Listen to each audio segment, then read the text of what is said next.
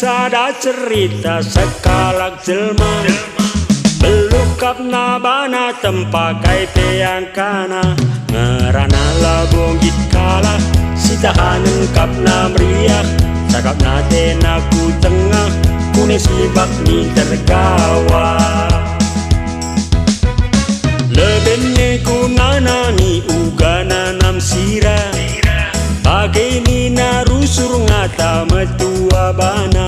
megancang deleng sinabung gancang ngendu becakapna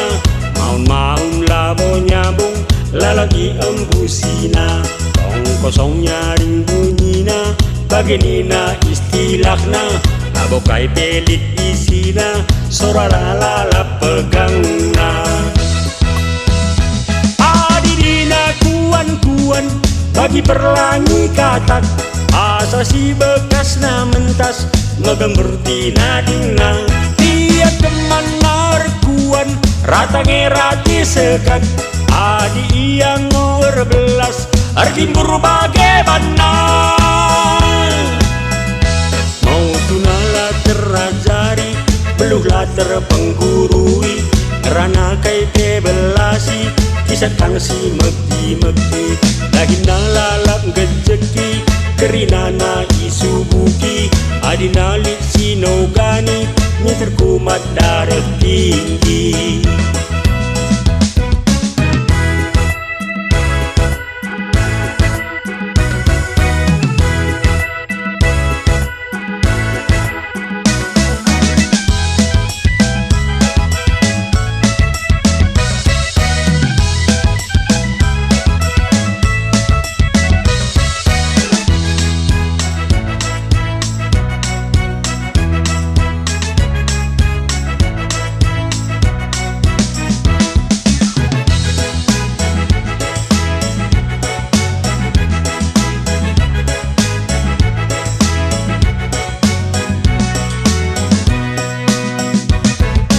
lebenne ku nanani ugana nam sira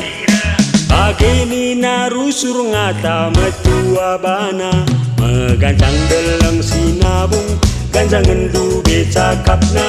maun-maun labo nyambung lalagi embusina tong kosong nyaring bunyina bagai nina istilahna labo kai pelit isina sora lala pegangna